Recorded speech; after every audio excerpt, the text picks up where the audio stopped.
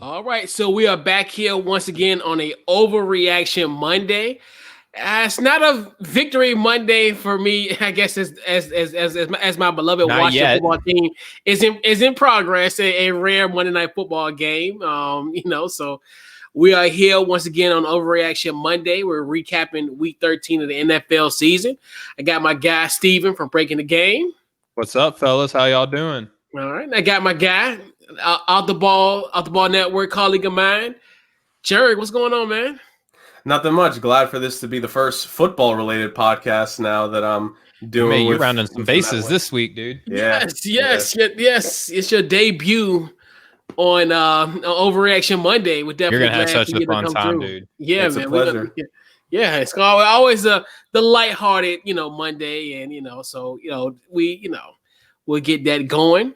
So I'm gonna go around the horn, and I'm gonna ask you guys your biggest winner. I'm gonna go around the horn. I'm gonna go with you first, Jared. Who is your biggest winner this week? So I have a bit of a tie, kind of cheating a little bit, but I have a little bit of a tie. Don't do with that. You're my gonna step on someone's toes. Pick All one. right, I'll give one. I think the easiest winner by far, with if you're thinking of public pressure and maybe will the GM give some pressure, is Jalen Hurts. Every single week that Carson Wentz continues to get sacked so often and just look so shook in the pocket is another week closer to the Eagles finally putting in Hurts just to see what you have. When you draft a quarterback, any player, but especially a quarterback in the second round, the idea is at some point he plays meaningful snaps. And after that last game against the Packers, could it finally be time for Jalen Hurts to get some very significant snaps for that team? Obviously, it's a wait and see. But I think he's the big winner because if it's not this week, I can see the last 2 to 3 games of the regular season if the Eagles are fully out of contention. As weird as it sounds to say that for the NFC East, Hurts 2 games out, bro. Yeah, but if they lose again next week, I think legitimately Hurts could get the last 2 to 3 starts for that team. Yeah, that makes sense. Yeah, I buy that a little bit, and yeah, we've been hearing these whispers for a long time now. Like at any daytime NFL show or debate show, this is one of the favorite topics. When is Wentz going to finally catch the bench? I saw a stat today that if Wentz is not rostered for next season, it's going to cost the Eagles like over $50 million. Yeah. But the following season, I say it's only like $26 million. Yeah. So, you got the feeling that you're probably going to have him for 2 more seasons. Like short case scenario, I think, like even if you bench him, Agreed. You're just going to have a $130 million quarterback on the bench now, So like, it's like, do you take what you just said, Jerg, with that quarterback that you said with the second round, there's implications that he does need to have playing time at some point, and you're weighing that second round pick versus the financial investment that you put into Carson Wentz, So like, which one weighs more? Money typically weighs more than a draft pick in the NFL. So I don't know. We'll see. And it depends too, like on how much, I guess leeway Peterson has on the deal too, right? No, yeah. Like my thing is, and I was thinking with that in mind, like I think this may very well be his second to last season with the Eagles because I checked up his contract because I knew the numbers were massive, like Jared Goff's dead cap numbers. I definitely think Wentz has to be on the roster for 2021. You cannot have a $50 million dead cap hit in any way, shape, or form on your organization, especially if all the reports from earlier in the season are true. If there is a potential decrease in the salary cap for next season to offset the losses from COVID for 2020, like you definitely don't want that massive dead cap hit on you. So I think Wentz's time this season could be over. Not to say his tenure overall will be done. I just think it's nice if you get Hurts that early experience, you prepare him for either 2022 it's his, or hypothetically, what if Wentz gets hurt next season? So, and then you put Jalen Hurts in there, and if you already have some tape from this season, it's like, okay, we're confident. We'll just have him play. You don't call up Josh McCown as your emergency quarterback like they've done the last few years. Get Dan Orlovsky out the booth. Maybe. Yeah, I got one take on that though. You talked about Carson Wentz getting injured. One storyline that hasn't been discussed enough, I think, this year is like this story has been that Carson Wentz has been super injury prone. Like he's been doing pretty good this year as far as like staying healthy. And now hasn't really translated to much, benefit, statistically. Right. But like I wonder how much of, performance is based on him actually like recovering and playing longer in a season than what his body has typically been used to being out there, like, is there any merit in that, do you think, Coach? I mean, No, there might be. I'm grasping. I don't know. I'm just providing a different take. Yeah, I mean, hey, I tried. It's a slight. Yeah. So, Steven, who was your biggest winner this week? Well, I'm going to go by who literally was the biggest winner, and I'm going to go with the New England Patriots, right? They still have a fighting chance now to mess around and make the playoffs, probably in a wild card format. This last victory that they had over the Chargers, who everybody loves, and everybody's saying like this week's going to be the week that the Chargers, assemble a victory and Justin Herbert's going to look really good.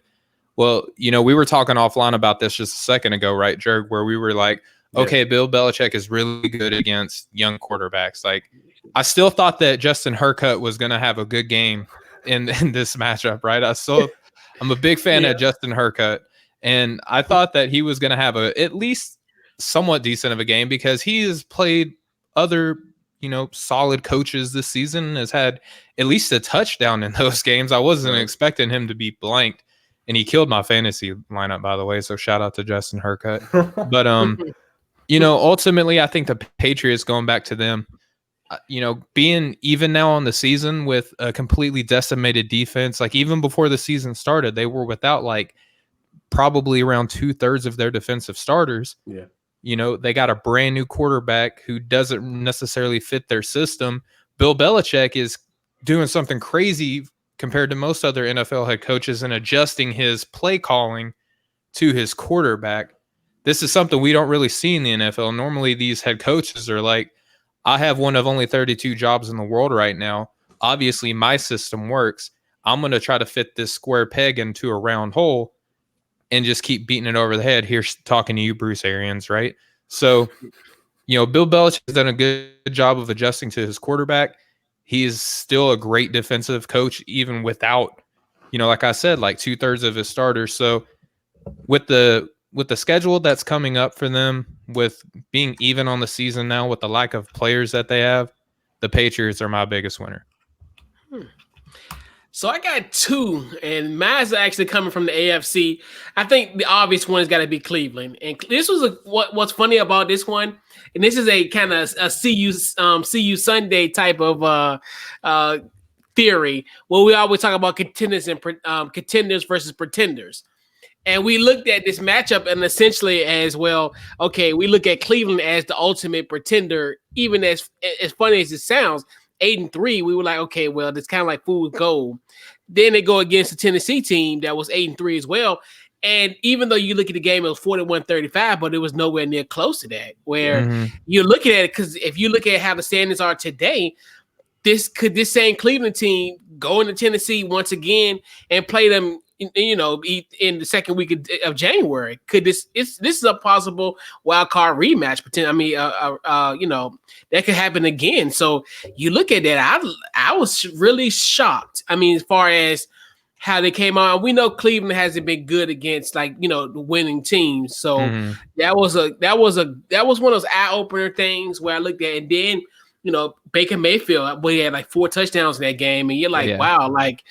Even though I don't know if that's gonna be like something that we're gonna always see from him. First 300 game this first 300 yard game this season. Yeah. So I've seen a lot of people like, oh my gosh, like Baker Mayfield has arrived. Like people have the idea that Tennessee is a great team, and they are. Like, I say great. They're probably a good plus team. I don't think that they're great. They're good plus, right?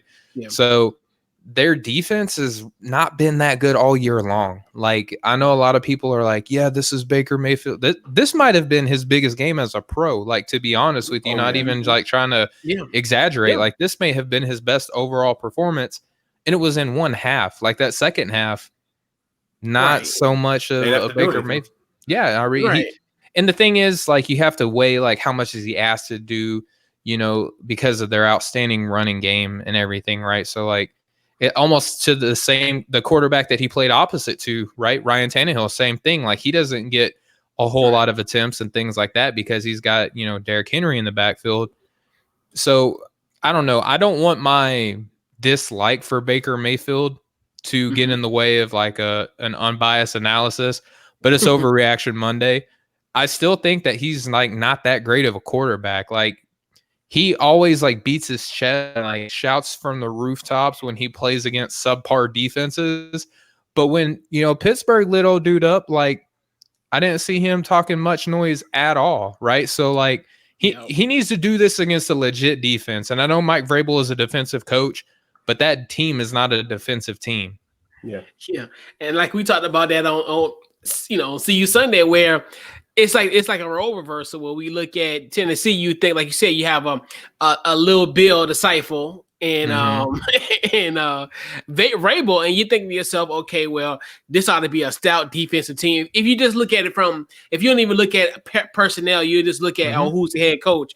You're like, oh man, they're gonna probably have an outstanding defense just off the strength of that name. And you're like, no. And they got a strong run game. Typically, you're used to a strong run game offense leading to a great defensive team.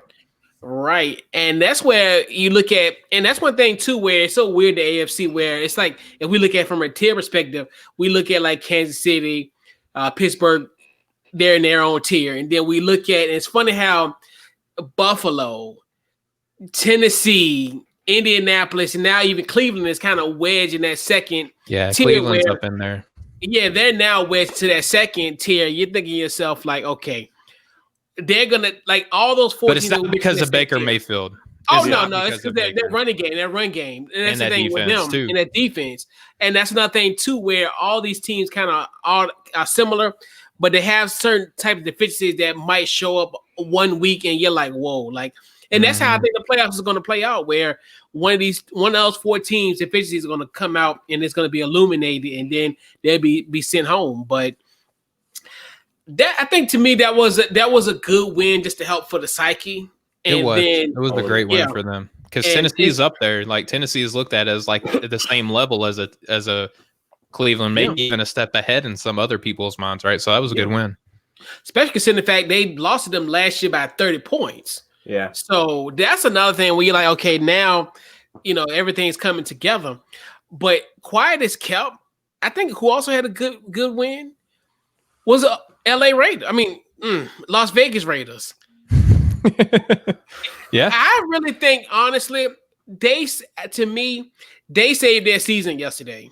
Because to me, if they would have failed to 6-6, with 4 games left, with 4 games left, and have a 2-game be behind 2 games in a wild card, that was going to be detrimental. And it's funny because it seemed like that's almost kind of what happened last year in a sense. Where remember when at that time it was Oakland, where they were great in November, then all of a sudden like everything just collapsed like at the end of the year, and you're like, ooh, it's starting to become deja vu. You already had that terrible loss to Atlanta last week. And terrible. My goodness, if you would have lost the Jets, and then now you're like, how crazy would it be for them to be the only team to beat the Chiefs and lose to the Jets in one season? That would have been something. That would have been correct. Like that would have been 2020 for you in a nutshell. Yes. Oh yeah. And so it's so many different things. We've had Wednesday night football. We've had Tuesday night football on a multitude of occasions. But if we would have had the Raiders lose to they would have beat the Jets and then beat the Chiefs, that would have been, and almost on Virgin could have swept them. That's the definition of a wild card, though. Like that is like the true like essence, the epitome of a wild card right there. Yeah, and that's one thing too. When you look at it from that standpoint, you're like, they really saved their season. But there's a lot of teams, and I know honorable mention, Steven. I think what you guys did. That's another thing too. When these are the, especially when you look at these wins now. Now in the month of December, like this is how you separate yourself from the pack. Because now interdivision too, right? And you think about now, you're looking at Arizona now 6-6. Now they're outside of the playoffs. Yeah, and San Francisco's right there with them now too. Like that's the crazy thing about the West is that Right. 1 week it could be any, like the Rams, like with the Seahawks. I mean, I don't want to touch on that. I'm sure it'll get brought up on the next segment, but yeah, I agree.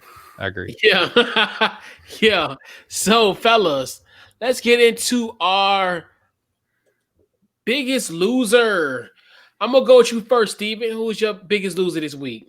My biggest loser this week, I'm going to kind of go outside the box. I think there was some real low-hanging fruit, but I want to talk about one that I don't think is going to get a lot of shine probably here on the show, and it's the Chicago Bears. They just lost to the Lions. They are now tied record-wise with them. We were looking at the Bears early in the season as potentially a playoff team. They are now 5-7 on the year. They completely have butchered their quarterback situation. They have zero running game. We make fun of the Steelers for not having a running game, yet they're undefeated. But the Bears literally have like no running game. It's not that they don't have a guy that every once in a while could assemble a good game. They have zero running game. Their defense is supposed to be their calling card, but heck, like how motivated can you be on the defensive end when you know that you're gonna like stop a team, give it to your offense, and they're going to turn right back around and give it to other team's offense? Like, you need a break. You know what I mean? Like, I understand you get paid millions of dollars to play on that side of the ball, but like when you have like that great of a cast of characters on the defensive end and you cannot do anything offensively, like that does take away the motivation for the other side of the ball, because they're probably thinking to themselves like, shoot, what would we have to lose if we just played on both sides of the ball right now? You know what I mean? Like, right. They would probably be like, shoot, we stand just as good a chance. Look at what the Broncos just did. Shoot, put Khalil Mack under center and see what happens. You know what I mean? Or He'd be Eddie a great Jackson. running back. He would be Derrick Henry for them. Put Hakeem Nicks on there. You know, when you're got short yard, just put Hakeem Nicks under center and let him quarterback dive. You know, like he would push at least 3 dudes out the way. I'm just saying, like, that offense is so bad, and that has been a glaring deficiency. Jerg, you were talking earlier about coaches who are probably going to be fired. Matt Nagy has to be right up there at the top. Yes. Because he is supposed to be an offensive. It's kind of the same thing that I was just talking about with Vrabel. He's he's supposed to be an offensive guy, a quarterback whisperer. He has completely butchered that quarterback room. He has butchered the offense at large. The front office probably hasn't done him any favors by the amount of talent or lack thereof on that side of the ball. But yeah, Chicago is the biggest losers because they're probably going to end up being last in their division now, even behind the Vikings, you know, and the Lions now. And this is so bizarre how like a matter of a few weeks how the perception of a team can change. Yeah. Because remember, I will fall on the sword for the Chicago Bears. I'm gonna look like the biggest. Get some crow. Yeah. And I remember, and I can be quoted, and I want people to go back and I say, hey, this Chicago Bears team is always a contending team when they have, you know, like because the defense. And we figured, hey, the defense is going to overcome a lot of their struggles offensively. They're tired, boss. It's just like you said, boss. They ran out of gas, and now you look at it. It's so funny to think. I remember when Thursday night when they beat Tampa Bay by a point. We're like, oh man, that's a great win for this team. And Brady's like, what down is like, yeah. No, what down is it? Yeah. So and that's another thing what too. A fluke loss. Yeah. Exactly, Derek. Yeah, Church. So who was your biggest loser this week? Man, just a real quick thing on the Bears. Like, they are mine, but just really quick. Like, you guys talk about it in the NFL. It is the definition of it. It's like 6 weeks ago, a lot of people, not myself personally, a lot of people had them pegged as a legit playoff team, and then them falling off. Man, it's the beauty of football, but it's also the curse of it. And like you said, Steven, like as a defense. If you have to have the mindset of we need to hold the opposition to 10 points for us to have a chance here, that's not a good formula. And that's just what 2020. Yeah, not the last few years. So it's just been bad for the Bears. My biggest loser this week is just coaches. Like we've spoken about several coaches already today. Not you, couch coach. Oh, yeah. You're the best one, couch coach. You are the best one out of all of these coaches. I got you, Jerk. Don't worry. Couch coach. Coach Fa, you're cool too. Yeah, they have 1,000% job security. These coaches do not. Matt Nagy, like you said, Steven, I think there's a great line I heard about Matt Nagy from former general manager Michael Lombardi. He would rather do a play where it's like 2 backwards passes to a screen for a 1-yard game than just run the ball straight up the middle for a few yards. Like, for some reason, Matt Nagy just does not commit to a running game. I don't know why, especially in Chicago, notorious for having great running backs and a good Those running cold game. weather cities, man, you got to run the ball. Yeah, he just doesn't do it. So Nagy's one of them. Anthony Lynn, we mentioned before we started. Again, 2 years ago in the playoffs against the Pats, and now 2 years later getting destroyed by Bill Belichick yet again. It's not looking good for him, and especially when you have Justin Herbert, when you have your franchise quarterback, you need to take advantage. And he's balling. Yeah, and if you are not confident that this is the coach that is going to help him as well as the talent around him, you need to get that coach out of there. No matter how good of a person he may be, because you always hear those in conferences, he's a good person, that doesn't matter when it comes to winning football games. There's a lot of nice guys in the world, right? Exactly. And they tend to finish last. And Denver, Vic Fangio, I was never like, I didn't hate nor did I love the hire. It's a young team. It's a young team. I think I'm 50-50 on him because I think he deserves some credit for like that team having to fight through a lot of COVID and injuries this season. So I'll give him a slight pass. But the biggest one, and I think all of us agree on this guy at this point, Doug Peterson. Like some got to change. Yeah. Personally, like his offensive play calling from where it was the year they won the Super Bowl, where they had a great offense, to where it is now. I know there have been injuries, but a lot of coaches have had to deal with injuries. We mentioned, Coach, you mentioned Bill Belichick. Mike Tomlin. And Mike Tomlin. Like, with all these coaches that have dealt with injuries and have still been great, whereas Peterson still has his franchise quarterback, barely standing, but still has his franchise quarterback. Too, yeah.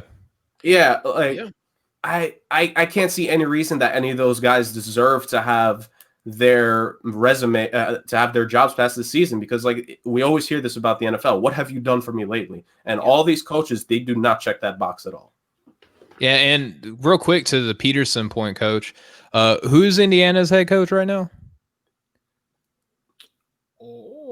Right, yeah, Frank Wright. Like so Wright's their head coach now. Where was he the offensive coordinator? Philadelphia. So like how much, Coach, you use this. I love your phraseology, man. You have a real good play on words. You say, he's the deodorant of that team, of that offense, if you will, right? So as soon as Wright's gone, now it's up to Peterson to be like, oh crap, like people are gonna think that like I did all this stuff and now it's all on me. So like I mean, look at how Indiana's balling offensively, and Philadelphia is skydiving right now. All right, it sounds like Roseman need to do some quiet tampering as we speak. Yes. But and like you said, going to Philly's point, where you sit down and you think about it, especially in their division, he's the only starting quarterback that is still playing, and they're in third place. Yeah. Like we sit down and think about it, where essentially, like from opening day, Watts is playing essentially their third string quarterback because he, actually didn't dress the first game. The Giants now with Colt McCoy, and then Cowboys with their third, fourth quarterback. I mean, so Dalton. They got Dalton, DiNucci, Gilbert, and Gilbert. Yeah. So it's been like a revolving door, and he's only been the constant. And the sad thing about him, he's been sacked 50 times. Which is bizarre. Like this season isn't over yet. Because that offensive line stays hurt. Offensive line, yeah. Mm-hmm. There was some crazy stat that they said like very early in the broadcast, and they had to say it early because he got sacked. Like it's been 10 straight games that he's been sacked at least 3 times in a game. Oh my goodness! And like I'm just amazed. Like you said earlier, Stephen, with Carson Wentz's injury history, I don't know how he's still standing. Like I don't know if they replaced some of his body parts with machinery to keep him upright this season. Like $1 million man, literally. Yeah, right. He deserves some credit for that.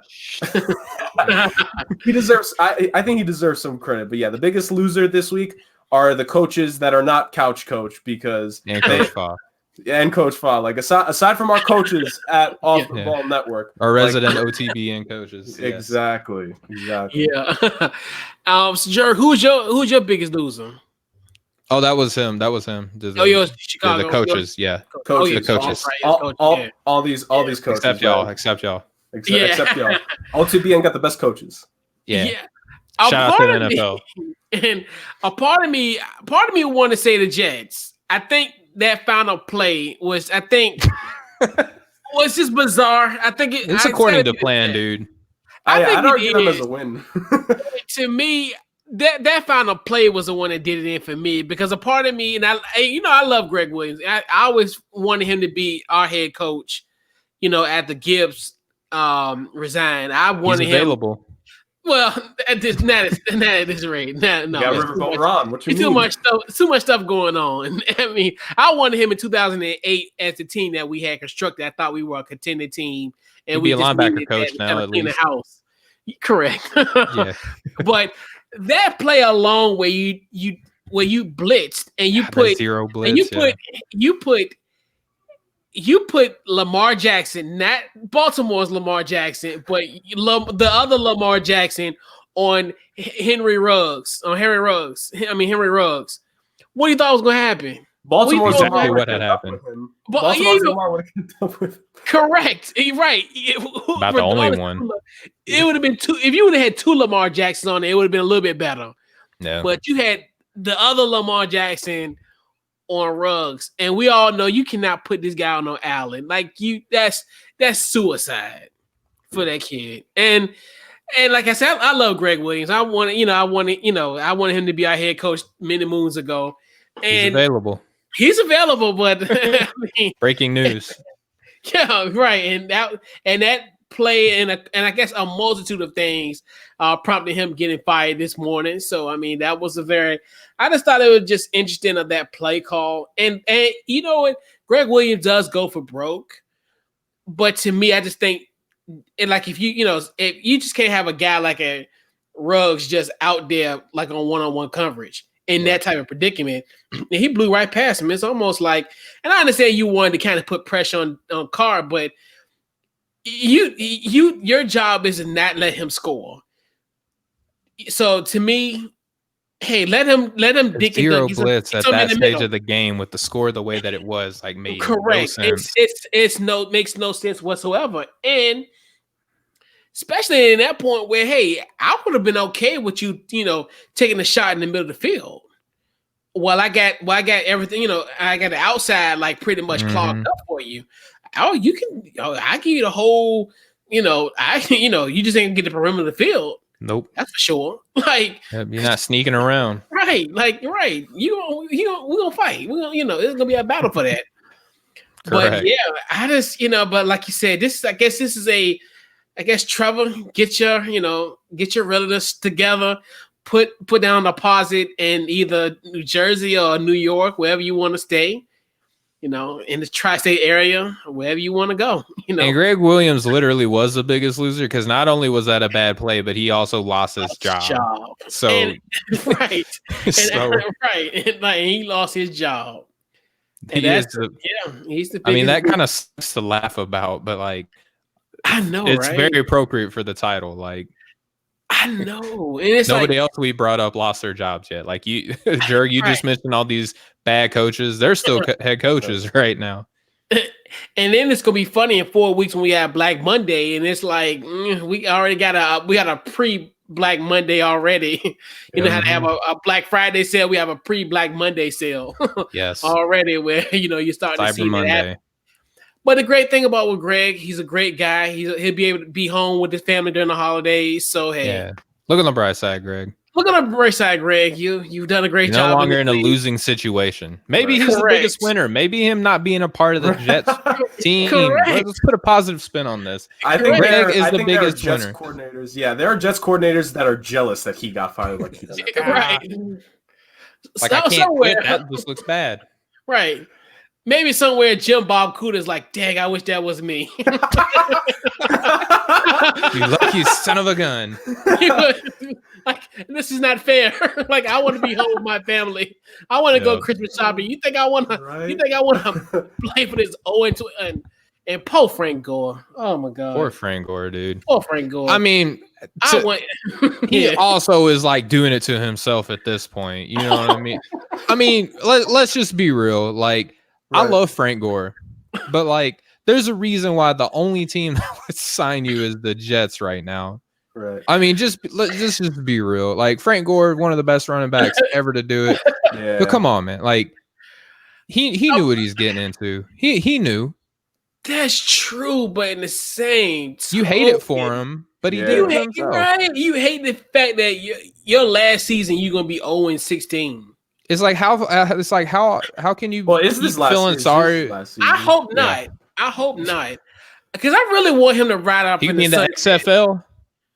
No, He'd be a star in the XFL 3.0. Oh, dude, he would be he'd be MVP. right? Oh, big time. But to me, you look at just how undecorated his career is, and then coupled with this, like, his last stop was with the Jets, and it's just crazy to think the third leading rusher in NFL history, like, and no one knows about that. Like, it's so quiet. Like, well, coach, like, let's be real, coach. Like, it's like when you have a family member that like gets divorced like 6-7 times. And like hooks and then like gets remarried like within like a couple months of that happen. Like at some point you're just like, this is just kind of like the way things are now. You know what I mean? Like this is just kind of like this is what I expect. I don't know anything but this now. So like there's a reason why Frank Gore, again, like when the Jets are the only team that's like knocking on your door with a contract, like you really got to take that as like some soul searching. Like either I'm gonna hang it up or they're gonna hang it up for me. Like that's basically what it is. Take a year off from football. But man, but I love Frank Gore. I really do. I know, and that's why that's why part of me with just his whole career, even dating back to Miami, you're like, oh, like, just the doubts and just the, for him to even get to this far, it's just like it's almost like a miracle. Yeah. Where you look at it, and then it's like Adrian Peterson in Detroit now. Right, and it's even sadder. Like sadder than AP in Detroit. Jeez. Right, which it don't get no worse than that, unfortunately. Yeah, because you would always hope, like, okay, well, all what Frank Gore's been through, let him at least like run a touchdown in the Super Bowl or something, get a touchdown in the Super Bowl or something, like something to kind of have a I call it a quote unquote like a moment. Yeah. Because essentially it's weird because Frank Gore doesn't really essentially have a moment. And it's just sad. Steady running back play in San Francisco for like a decade and a half. Like that's his career. And it's like, well, what's the alternative to that though, coach? It's either that, retire, or be like Shady McCoy, get cut from a team and then go sign with the Bucks, and then you don't ever see him. He doesn't do anything. So like, that's true. Like that's true. Which route do you want to go down when you're like an old running back? I know. And that's one thing too, the NFL isn't Disney, and everyone's not going to have a happily ever after. Right. The NFL is like Jeff, our vice president, Jeff. The NFL hates running backs. Right. They sure do. It's so true. And they treat them as expendable commodities, as we can always tell year in and year out, right? Yeah. So, fellas, let's go into our favorite part of the show. We'll do our overreactions this week.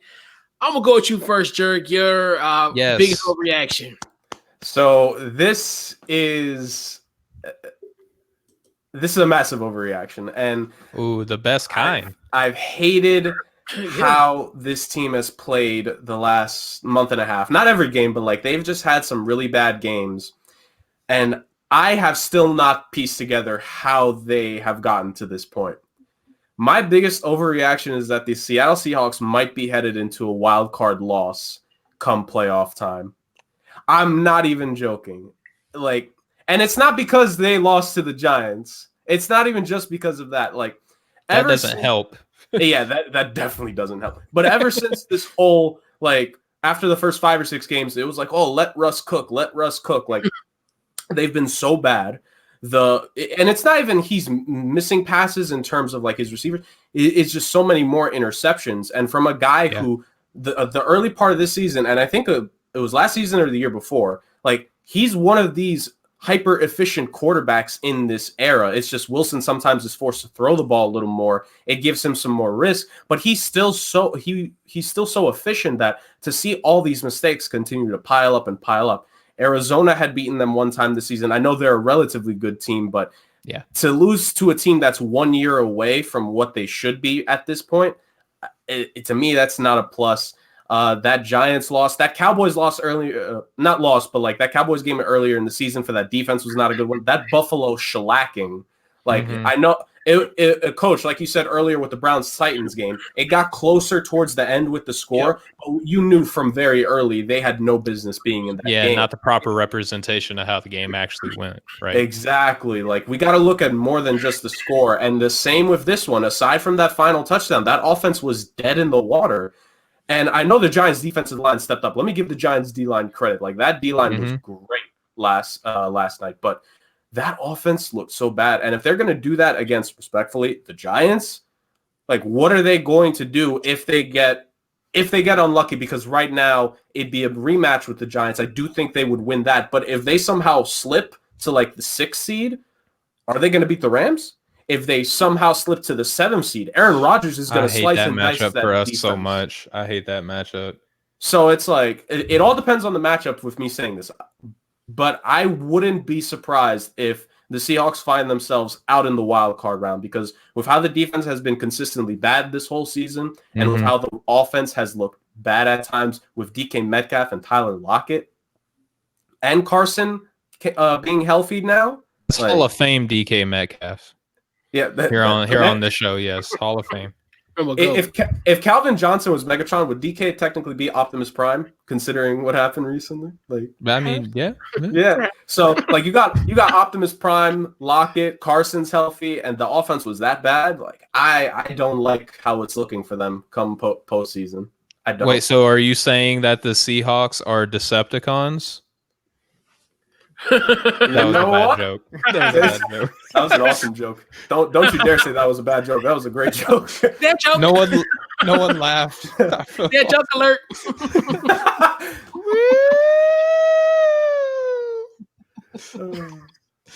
Yeah, that was a bad joke. That joke alert. Yeah. Oh, that's awesome. That was awesome. Thank you so much for letting me still be on the show.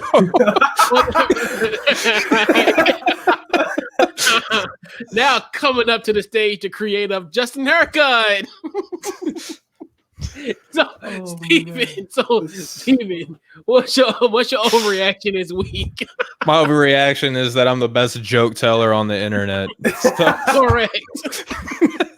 No, but real quick, like Jerg, I can see that with a bit of truth, and I think the early storyline really kind of reared its ugly head in a bad way against the Seahawks. Is that this was Russell? I almost said Westbrook. I almost do it all the time. It's Russell Wilson. This was his season to win MVP because everyone says it. He's not the best quarterback in an individual year, but over time, he has just been one of those dudes. And like, this was his year. And especially with Tom Brady slipping early, the Chiefs lost early in the season. So like, it was looking pretty good for Russell Wilson to be MVP. But I just think that Pete Carroll, and it's weird too, because Pete Carroll is not the type of dude that really pays to outside noise. But I think that he did try to facilitate this being an MVP season for Russell Wilson. Like, it seemed like the magic plays that happened out of almost necessity prior to these years are now kind of like scripted, if you will. Like they try to like force Russ to be in these plays where he just has to be magic in a bottle, which typically the only times he's really been able to do that was when it was in the actual flow of the game instead of just being planned, right? So I see a lot of credit to what it is that or merit to what it is that you're saying. Wouldn't be My the biggest- first time that Carroll trying to force Wilson in passing has gone against them. So Yeah, I mean, everybody talks about, beast mode and all that, right? So that's why Malcolm Butler got that money. yeah, and that's what right. Yeah, Malcolm Butler is like the third string cornerback in Tennessee right now. That got Patricia his job. That one play got Patricia the job in Detroit, essentially. Correct. So Russ, he may not be cooking, but he has let other people eat. Just to continue my dad That's jokes. true. There we go. Right. So there we go. That's a good one. That's a two. good one. So my biggest overreaction. I don't know which one I want to pick because I got two that I think are about equal. None of them are really like spicy takes, but I think that they are a little bit of an overreaction to the heat of the moment. I'm just gonna go ahead, Coach. Can I do this? Can I give two? The floor is yours. Absolutely. Floor is mine. All right. The first one is that the Patriots are gonna make the playoffs. Ooh. They're gonna be a wild card team. And then my second one is that the Giants are also gonna win the division and ultimately make the playoffs. So you're gonna have the Patriots and the Giants both in the playoff picture for this season. And I don't think that that's anything that anyone thought was gonna happen about 4 weeks into the season. I think prior to this season, you would have expected the Patriots to be in there. Right. Probably almost certainly not the Giants. There were a few diehards that still had them in the mix, but by and large, no one really expected that. Now I think that you're going to have both of them in the playoff picture because the Giants have gotten better week by week. Judge has done a phenomenal job coaching that team. And then Bill Belichick has quietly just, assembled a really good string of victories. And the rest of their schedule looks like they can continue to do that just enough to sneak into a wild card spot. So that's my overreaction. Yeah. Wow. And yeah, so my reactions kind of it's funny. It's kind of all come together. All right. I knew they weren't coming. If I ever want to see Chris, I just mentioned a New York team, and he shows up. First place. What's up, Chris? Appreciate you being here, bro. And to his man, with me, it's just a hard thing to say. But I definitely think if the Giants win this division, call me crazy, but they can be one of the most dangerous teams on Wild Card Weekend. Most times they are in playoff history. Yeah. Even with a potential Colt McCoy as playing in second week of January, right. And so I just look at this team, especially how it's constructed, because they would obviously be the fourth seed, so they'll probably they'll play the fifth seed. So now, if you look at the playoffs if the regular season ended today, they would play Seattle again, but this time they'll go to New Jersey. Yep. Then who's the sixth seed? Tampa Bay Buccaneers. This is a team that they almost beat on Monday Night Football. It was a close game.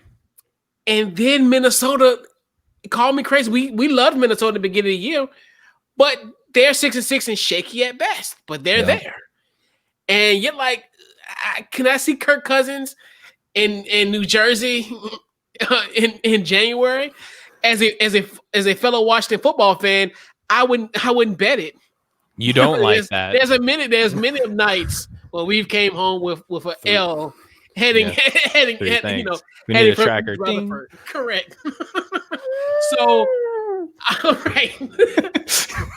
So I just look at it from that standpoint of I look at them as being probably one of the most dangerous wild card teams, especially with them having a home game. That's what makes it so dangerous. And I definitely think at this point they have the path to winning this division. I like you if you just look at from even crazy as it sounds as being 5-7, the totality of their victories, you're like, this team easily could be 8-7, and the losses too, or the way that they've lost too. Like they've rarely ever got beaten, and week by week, you can see that upward trajectory for that team too. Like they like the best thing for a team in the NFC East right now is to be able to just be a competent football team. And that's exactly what the Giants are. They're just competent. Like they're not blowing the doors off of anybody. They're playing fundamental football. Right. And like last night's game where it was just methodical, where they just took punches, and just came back and fought right back. Yeah. And then even to that final play where they just did, they didn't give up, like you said. And that's why it kills you especially as a member of the NFC East, where you would think, even as elementary as a tax that is, that why nobody else is adopting that. Because it's like you said, it's just a simple concept. Like you just play smart football. Yeah. Especially at this point, it's only 4 more games to go. You have to play smart. And you have to, like you said, and just be competent to a point where, hey, had a wherewithal to understand, hey, you take care of all the opportunities that you can, and you play hard, like you said. And with the Giants, they've in a weird way, even at 5-7, you're like, they're probably more likely the best team in this division. Yeah, and it comes down to and really when you watch a Giants football game, which to be frank, like I have done very little of this season, right? But the moments that I have, like they control the line of scrimmage, like, and it's crazy, like how something that sounds so easy and simple and boring, right? Like let's just be real, like it's not fun football like to watch when you have like the Chiefs and the Bucks and even the Rams like can be fun to watch on offense at times, right? Mm-hmm. When you just say, all right, go control the line of scrimmage, like nobody really wants to care to hear that or watch that. But I mean, in the NFC East, like that's the formula. Control the line of scrimmage. Well, it's funny, Steven, and to that point with controlling the lines, and Coach, to your point about just playing smart and competent, the Giants, and to look at the AFC for a quick second, in the AFC East team that might shock us all this season and be a year ahead of what we thought is the Dolphins. And what do both those teams have in common is that the Giants this past offseason and the Dolphins the year before, what did they do? They got probably the 2 best coaches that Bill Belichick has produced these last couple of years. Because you're talking about Brian Flores, who was the defensive mastermind behind the Rams Super Bowl that they won. Thank you for bringing that up. Yep. And then Joe Judge, who was the special teams coach. I'm sorry, Steven. And Judge, who was the special teams coach, which the special teams coach, a lot of people like don't understand. The special teams coach kind of has a hand in every single facet of the game. Yep. So when you bring those 2 guys in who come from that Belichick tree, who absorb so much, they absorb things like trying to take away the best thing of what the opposing team has. That's why, Steven, when you mentioned Justin Herbert, who did he have another kind of rough game against? It was the Miami Dolphins. And that's a good point. That's a good point. And with controlling the lines, who loves trying to control the offense and defensive lines? It's a Bill Belichick. Yep. Mr. Bill. And the Dolphins, and now Joe Judge with the Giants. Like, I'm honestly amazed. Like, I got to give the Giants this credit. Now, as we look back, that Joe Judge signing may have been the savvy coach signing from last year, because I think he was the right guy for that squad. If only Saquon Barkley was healthy, I would have way more faith in that squad. Now that would be scary, because he would be in those situations when you had those close games, and he could, in essence, be that guy that can kind of carry it on his back. And look what Gallman did just last night. He had what? Let me see here. He had 16 carries for 135 rushing yards. You mean to tell me that Saquon under this regime could do something at least similar? Like 135 yards is tough to do in a game. But like he could do something similar in that matchup. Absolutely. And to what Coach said about being smart and being competent, sometimes that includes off the field. Because what did Joe Judge do? He fired the offensive line coach who they were clashing in styles, and he hired a new one. And look how the running game has performed since then. Right. Like, and the offensive line. Right. Yeah. Yeah, like it's all these little things that only a very small amount of coaches do. And Steven, going back to like a point you made early on in the show that I want to call back to, is that there are coaches that they will use their system and they'll make their players adjust to that system. And then there are coaches like Bill Belichick that they will tailor their system to their players. And that is what, and Coach, I'm sure you can attest to this, the best coaches in every sport, they will make it so that their players are more comfortable rather than their system being the end-all, be-all. And you're now seeing that with the Dolphins and the Giants. People don't talk about this enough. Coaches have egos. And again, it's like when you Bruce talk Arians. about a player, you say, oh, he has to be like almost like a psychopath in Right. order to be successful, because you have to walk on that field and you have to know that I can outperform this person physically. Well, coaches, it's up here. Yeah. Coaches have to think, I know I can outsmart this dude across the field from me. And like, how much more does that boost your ego when you know, like, or when you psych yourself up to like, not just I can like out tackle this guy or I can push him on the ground, but like I'm literally smarter than the guy on the opposite side of the field. Like, what does that do to someone's ego? Yep. And just like, and that's something that we talked about last week on the podcast. Where we talked about Bruce Arians, where you look at the difference between the two. Where, if, like you said, if it was a coach like a Bill Belichick type, he would find ways to, to highlight Tom Brady's strengths. Versus Bruce Arians, like, hey, you just gonna sling the football and just what's gonna happen. And then a lot of people, and that's why you realize, like, when you look at like other quarterbacks who've had like who's been under under Bruce Arians, you look at like Jameis Winston, you look at Andrew Luck, Carson Palmer, like those guys do a lot of interceptions where and because no risk it. They're risky because correct. And that's his claim to fame. And like you said, and that's why you have to, like, as a coach, like you said, that's what made Belichick successful, because that's like he can get those guys out of nowhere, but he knows, well, this certain person can do this at a certain time. I don't have to tell him to do something that he's not, comfortable with. Like, everybody always talk about something. Well, let's work on your weaknesses. He said, well, no, let's work on your strengths. Yep. Like, because the dude next to you can help cover up whatever it is that you're not good at. Correct. And that's one thing too, I think people fail to realize, and how, well, how did this work? Because this is what happens. This is, like some people, like you said, coaches are egotistical. They're gonna think, well, it's gonna be my system or the highway. Yeah.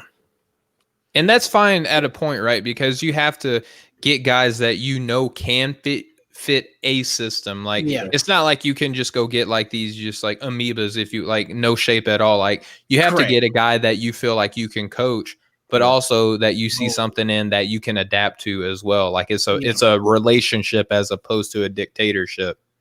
Yeah, somebody that you can mold. Where in a sense where he may not be the like you said, like going back to your point with like the shapes and everything, he may not be quote unquote the perfect shape, but he's going to be something that you can work with. And that's the thing where you just, and that's the thing, just for the life of me, I don't understand like that concept of some guys where you look at it and like it's back egos, to Jerry's bro. point, right? It's egos, right? And it's just egos, and like back to Jerry's point where, and I think a lot of it too.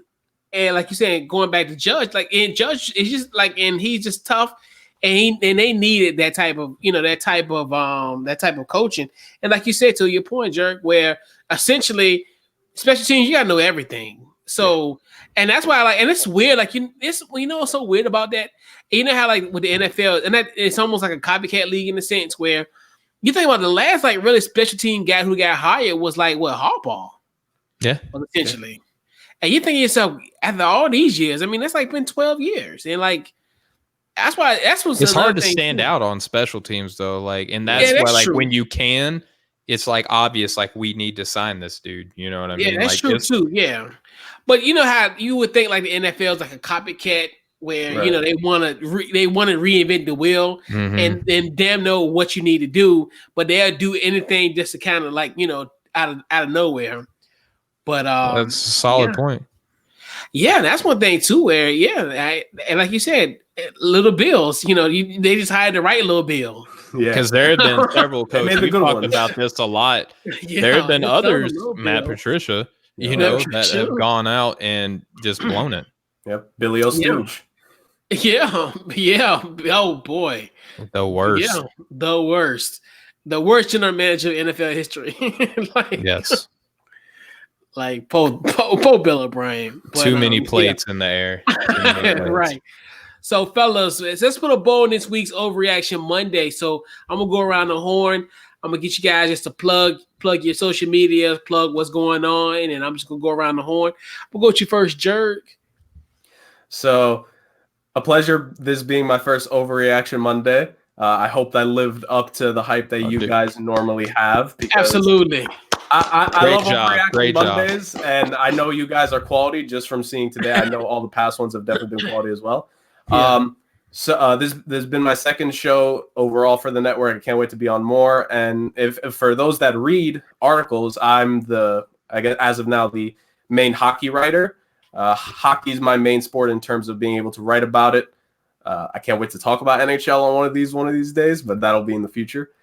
In terms of my social media handles, at JergK40 for Twitter and IG. Keep it simple. And if you want more stuff like this, I like and share a lot of random sports stuff. And I share your guys' stuff as well because you guys always just pump out quality. Yeah. Appreciate you, Jerg, man. Appreciate it, man. Definitely. means a lot. Yeah. And don't be a stranger, man. You're always more than welcome to come here on Mondays. See you at the table. Yes, indeed. Steven. Yes, sir. I'm gonna just first off say great job, Jerg, man. Like, Coach, I tell people all the time on my show, like, if only everybody in the world had a chat group like how we do at Off the Ball, man. Like, I love, like, we talk literally every day.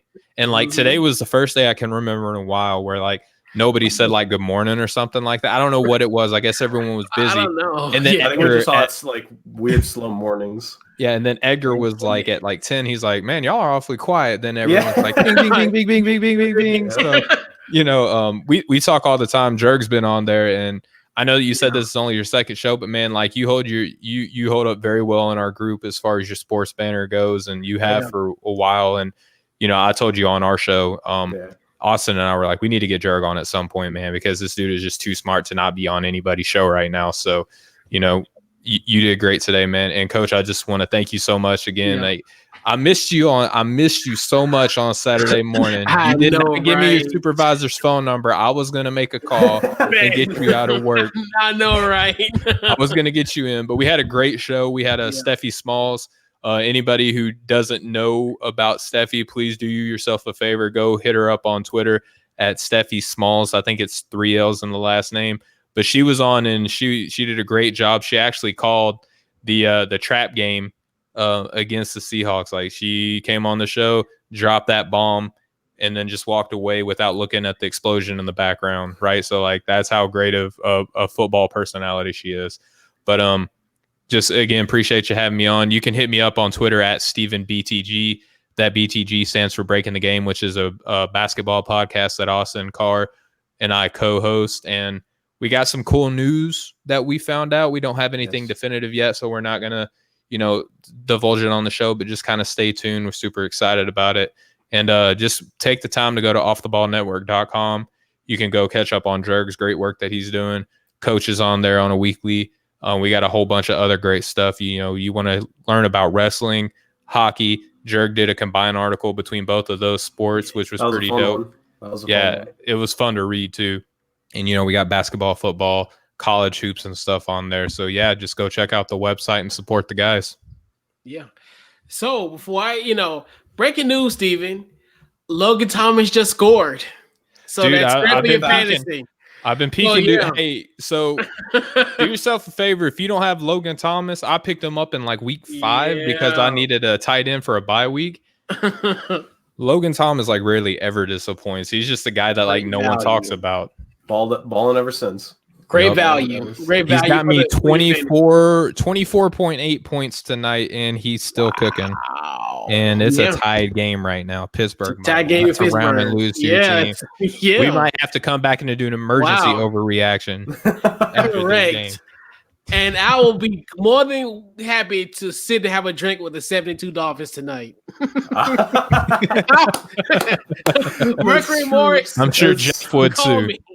I'm sure Jeff would too. Yes, indeed. But so definitely follow the podcast, Facebook, Twitter, Instagram on the Couch Coach Live. Also tomorrow, we do the Couch Coach Live tomorrow, 8:00. Got the Hoopers coming. So I got another off the ball. Y'all do great work, man. I love listening to y'all shows. So I'm gonna have the Hoopers on. We'll be previewing the Eastern Conference of the NBA, and we'll talk about some NFL. Are you gonna have Maui on too? Is Maui gonna be there? Yeah, Maui will be there. Cool. Yeah, he'll be there as well. Maui and JB both, man. They're both good dudes, man. I love listening to y'all. Yeah, they'll be on there tomorrow. We also had the Hoopers, and we'll talk about the Eastern Conference. We'll start our 3-part series, and we're going to end the year all right, which is crazy to think. Like, wow, we only got this is it. This is this is December, right? A few more weeks, and the crazy thing about it, we got the NBA preview. Normally, the NBA be almost 2 months in, and yeah. It's going to be a good season, dude. It is. It's going to be a great season, especially with the acquisitions that has happened thus far. We need to talk hoops soon, Coach. We need to talk hoops soon, bro. Yeah. I'm definitely, and we'll do something. I probably and we'll work something out because I know I'm gonna do. Yeah, I'm not trying to put you on the spot. I'm just saying. Yeah, we're gonna talk. We're gonna, we talk daily, so we'll discuss. We'll discuss parameters. Work out the deets.